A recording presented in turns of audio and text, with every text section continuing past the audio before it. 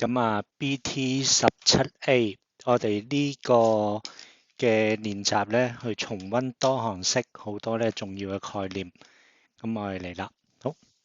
咁啊，首先咧，第一版啦，第一題，咁佢就話咧，當俾 x 減一除，餘數係5。講餘數，餘式定理，咁啊代一啦。咁但係點寫啊？咁我哋最後咧就設 f(x) 等於2x 3次。好，咁啊，隨意 x 減一代個1入去啦，咁啊餘數係5，咁我哋應該咁寫喎，俾 x 減一除代個1入去，餘數係5，咁我哋跟住咧將1代入去 x 嗰度，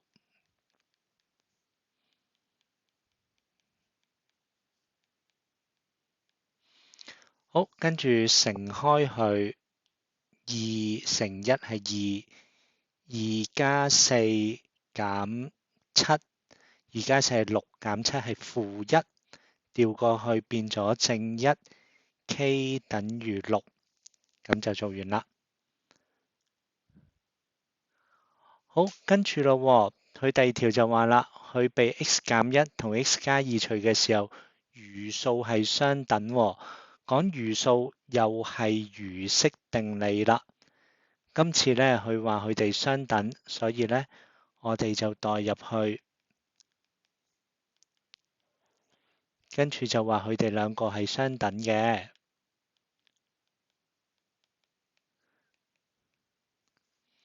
好，咁我哋乘開去啦，3乘1加 k 加2等於2餘4，4 3 12，減 2k 加2。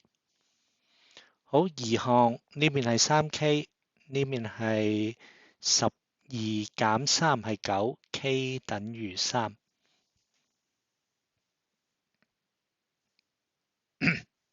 好，跟住佢話咧，呢個題目被整除，整除其實都係餘式定理，不過我哋話佢冇餘數，所以叫因式定理。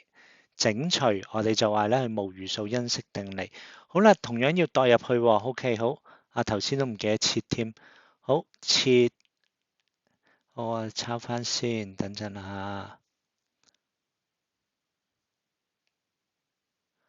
好，切 f(x) 等於3x 2次加 kx 加2啦。好，呢條啦，同樣切 f(x) 等於2x 3次加 kx 2次減 5x 減2啦。好，咁佢話咧佢被整除，我哋就等於0。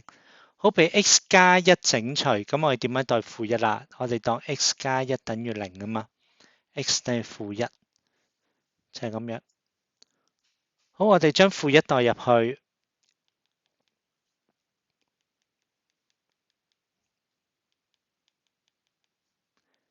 就等於0。